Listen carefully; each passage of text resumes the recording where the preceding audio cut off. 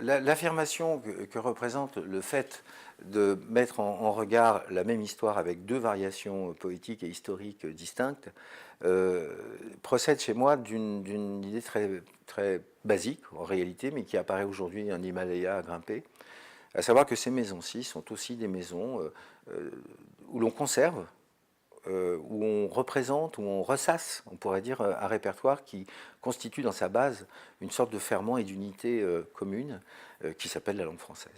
Et là, je prends une figure qui est quand même une figure indépassable et qu'on ressasse depuis l'Antiquité, au moins, qui est celle donc de la belle-mère amoureuse de son beau-fils en regard du père autoritaire et matrimonial qui revient triomphant. Alors là, la variation est passionnante parce qu'elle est de chaque côté de la période baroque. D'un côté, dans le XVIe siècle, qui après défense, illustration de la langue française, après la Pléiade, se pose la question de la poésie dramatique, c'est ce qu'on appellera la tragédie humaniste, avec, à mon avis, une des plus belles plumes, qui est celle de Robert Garnier. Et Robert Garnier, c'est un ronsard noir, voilà. C'est une vie extrêmement difficile. Sa plume est plongée dans les guerres de religion et il en a l'âpreté, la douleur diffuse et profonde. Et lorsqu'il aborde, entre autres, l'histoire de Phèdre, il ne peut le faire que dans, je dirais, l'honnêteté ou la frontalité de la question fondamentale de Phèdre, qui est celle du désir et celle de l'épanouissement de la femme. J'ai toujours eu une préférence pour Clytemnestre en regard d'Électre, moi. Électre ressasse là où Clytemnestre assume.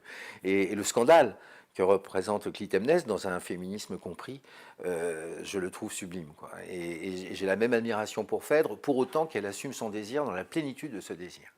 Et qu'à ce moment-là, la panique, on pourrait dire, le refuge que trouve Hippolyte dans son univers masculin est un aveu au fond de cette condition de supériorité comique qui est celle de l'homme. Il suffit que la femme assume son désir pour que l'homme ne sache plus, au fond, là où il se trouve et trouve refuge, au fond, dans une communauté masculine qui refoule totalement le désir envahissant.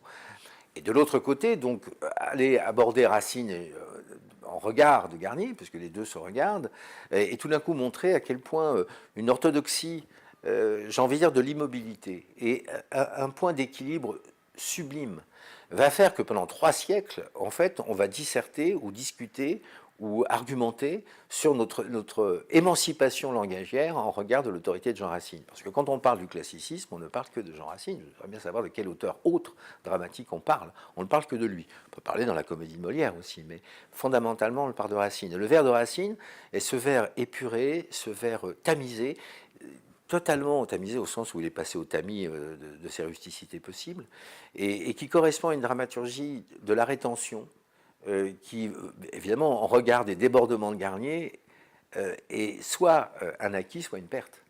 Et le débat supposé dans la présentation des deux est de poser très bêtement au spectateur son épanouissement maximum à l'écoute des deux œuvres.